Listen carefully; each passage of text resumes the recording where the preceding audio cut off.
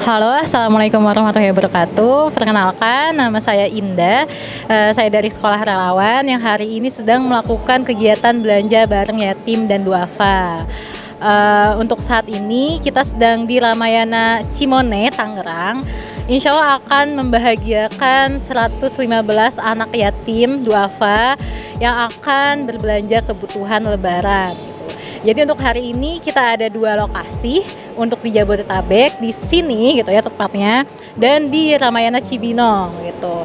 Sebelumnya kita sudah melakukan kegiatan serupa belanja bareng anak yatim dan duafa atau BBYD di hari Minggu di 28 titik lokasi secara serentak, dan total anak yang sudah kita belanjakan sampai saat ini akan ada 1.000 lebih yang akan dibelanjakan.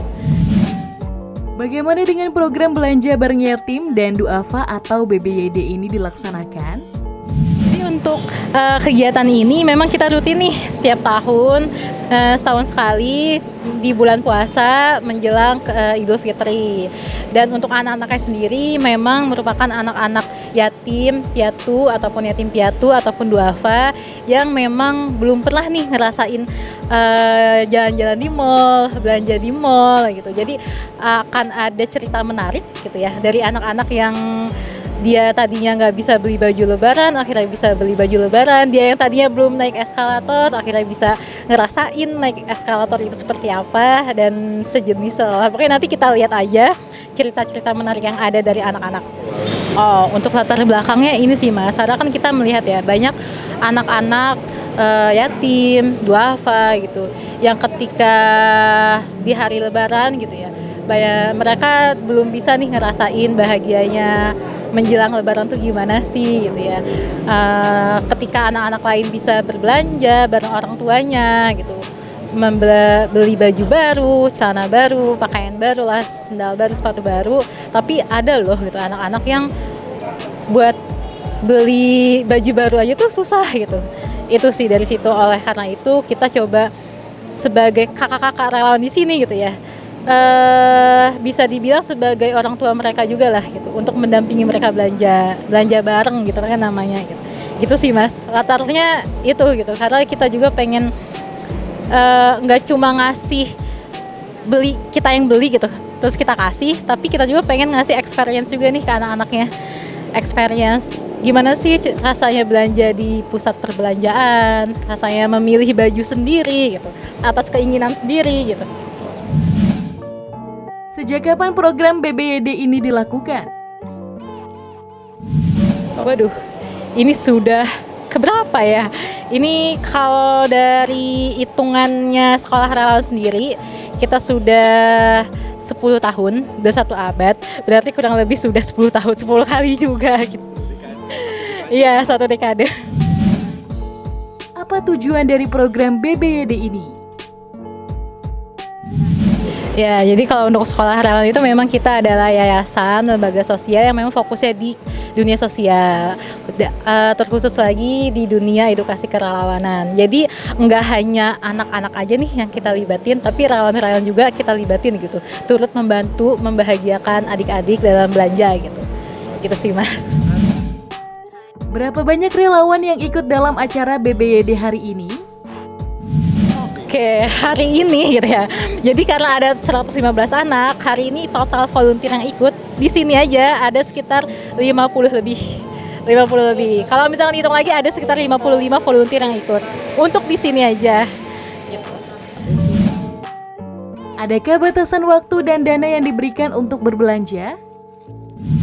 Oke, jadi untuk durasinya sendiri kurang lebih selama 1,5 jam kita belanja. Nanti akan dibantu sama kakak-kakak relawan pendamping yang akan mendampingi mereka belanja.